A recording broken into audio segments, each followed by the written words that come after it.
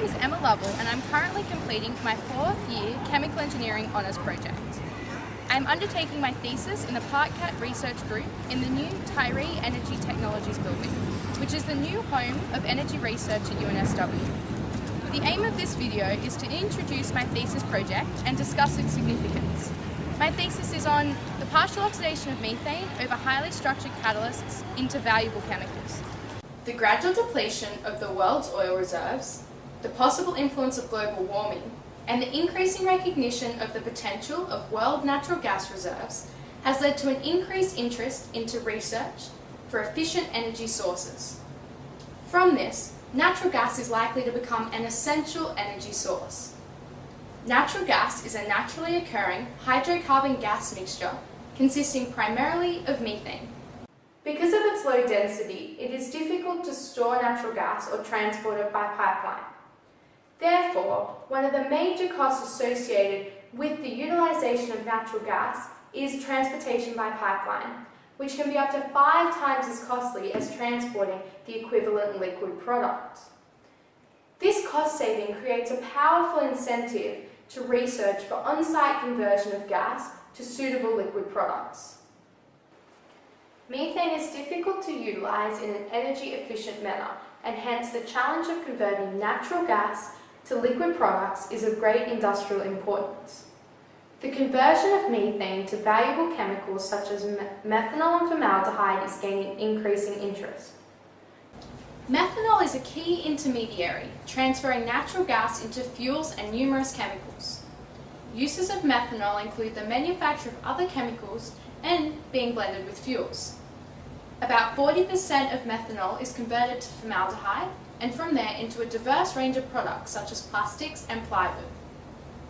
Methanol is currently produced from methane in an energy-intensive 2-stage process through the intermediate manufacture of synthesis gas.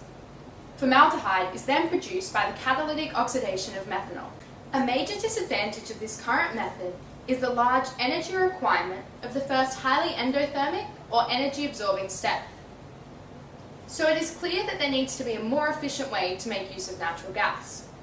A one-step partial oxidation would present both economic and environmental advantages. Partial oxidation involves methane being converted directly to methanol or formaldehyde without being over-oxidized into synthesis gas. The main issue with this direct conversion comes from the large gap between the chemical reactivity and thermal stability of methane and its desired products. The desired products are unstable intermediates, which in the presence of oxygen suffer fast consecutive reactions to carbon oxides at the reaction temperatures. This partial oxidation reaction will not proceed without a catalyst and high reaction temperatures. A catalyst that will facilitate this direct conversion and ideal reaction conditions need to be investigated for this process to be feasible. It needs to be considered whether the reaction should be catalyzed homogeneously or heterogeneously. Homogeneous catalysts demonstrate high activity and selectivity, where the activity of a catalyst is its ability to convert reactants into products, and the selectivity of a catalyst is its ability to turn reactants into the desired products. Homogeneous catalysts are generally liquid corrosive acids, which make regeneration and recycling difficult, and also create a variable, non-fixed environment.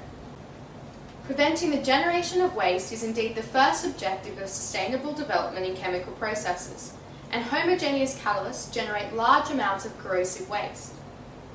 In principle, both homogeneous and heterogeneous catalysts can catalyze a reaction, but nowadays solid catalysts are preferred because of ease of handling, such as separation and recycling, and downstream processing considerations. Using heterogeneous catalysts for the partial oxidation of methane presents numerous advantages. However, the low activity and selectivity need to be overcome for the process to be feasible. Highly structured supported metal catalysts could guide methane to produce only the desired products while limiting the formation of carbon oxides. The introduction of transition metals into a silica structure allows for highly dispersed active sites for the oxidation of methane. Numerous studies have shown that the highest selectivities were obtained with the most dispersed samples.